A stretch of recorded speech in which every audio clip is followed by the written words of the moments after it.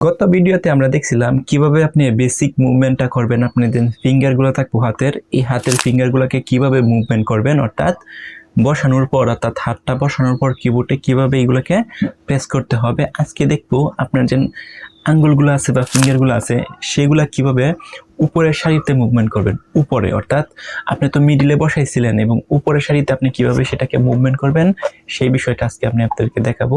তো চলুন শুরু করি। এর আগের ভিডিওতে আমি আপনাদেরকে দেখাইছিলাম কিভাবে এই মিডিল যে রোটা আছে এখানে কিভাবে আঙ্গুলগুলো রাখবেন এবং ফিঙ্গারগুলো রাখার পর কিভাবে কোন অক্ষরগুলো কিভাবে প্র্যাকটিস করবেন। আজকে আমি আপনাদেরকে দেখাবো এটার উপরে যে সারিগুলো আছে, এই যে এটা তো মিডিল সারি, এটা হচ্ছে আমাদের উপরের সারি, এই যে এটা। তাহলে এই সারিগুলোর মধ্যে আপনার আঙ্গুলগুলো কিভাবে মুভমেন্ট করে নেবেন সেই বিষয়টা আমি আজকে দেখাবো। তো আপনি তো এভাবে ধরে আগে এগুলো প্র্যাকটিস করছেন, করার পর এখন এই যে ফিঙ্গারটা আছে এটা তো আপনি এফ এর উপরে বসাইছেন, তাহলে এই ফিঙ্গারটাকে কিন্তু আপনি আর এর উপরেও নিতে হবে। যে এফ আর এভাবে আপনি প্র্যাকটিস করতে হবে। এফ আর অর্থাৎ এই ফিঙ্গারটাকে কিন্তু আপনি এফ এবং আর এর মাধ্যমে নিতে হবে।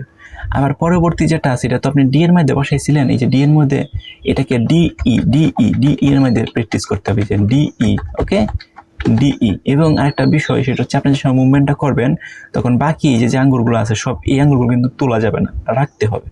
তো এই যে দেখেন এফ আর, তখন এই যে দেখেন ডিই এভাবে প্র্যাকটিস করেন। পরবর্তীতে আপনার জানি যে এস এর মধ্যে যে আঙ্গুলটা রাখতেন, এই যে এস এর মধ্যে এই এস এর আঙ্গুলটা এস এ তো থাকবেই এবং এটা যাবে হচ্ছে ডব্লিউ এর মধ্যে। এই যে এস এ থাকবে এবং এটা যাবে কি ডব্লিউ, তার মানে এস ডব্লিউ। এবং আপনি যখন এস ডব্লিউ এভাবে ক্লিক করবেন তখন বাকি যে ফিঙ্গারগুলো আছে হাতের সেগুলো কিন্তু কিভাবে উঠে যাওয়ার চেষ্টা করবে, কিন্তু উঠানো যাবে না। এভাবে ধরে রেখেই কিন্তু কিভাবে মুভমেন্টটা করতে হবে, এই যে এইভাবে মুভমেন্টটা করতে হবে। ওকে, আচ্ছা। এরপরে আপনার এই যে এ যেটা আছে, যে এ আঙ্গুলটা, এটা কিন্তু আপনার ডব্লিউ নিতে হবে, অর্থাৎ এ আর ডব্লিউতেও নিতে হবে, যে এতেও নিতে হবে এবং ডব্লিউতেও নিতে হবে। ওকে, সো এইভাবে কিন্তু আপনি প্র্যাকটিসটা করতে হবে। আশা করি এই আঙ্গুলের প্র্যাকটিসটা বুঝছেন। এখন আসি এই আঙ্গুল, এই হাতের এই প্রথম ইন্ডেক্স পিসটা তো আপনি জের মধ্যে রাখতেন না, এই জের মধ্যে যেহেতু রাখছেন এটাকে ইউ এর মধ্যে নেবেন, যে ইউ। আবার এই যে কেয়ার মধ্যে যেটা রাখতেন, এই যে কেয়ার মধ্যে হাতটা আঙ্গুলটা এই কেয়ারটা নিতে হবে এই যে আয়ের মধ্যে, এই যে আয়ের মধ্যে। ওকে, এবং পরবর্তী যে এল এর মধ্যে যেন আপনি এটা রাখতেন, এই যে এল এর মধ্যে যেটা রাখতেন সেটা কিন্তু ওর মধ্যেও নিতে হবে, যে উপরে সেটা কিন্তু ও আছে, দেখেন ও আছে।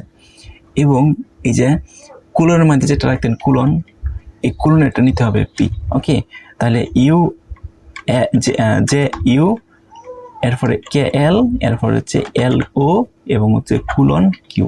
এভাবে কিন্তু আপনি ইউজ করতে হবে। ওকে, সো এভাবে কিন্তু আপনি এভাবে প্র্যাকটিসটা করতে হবে।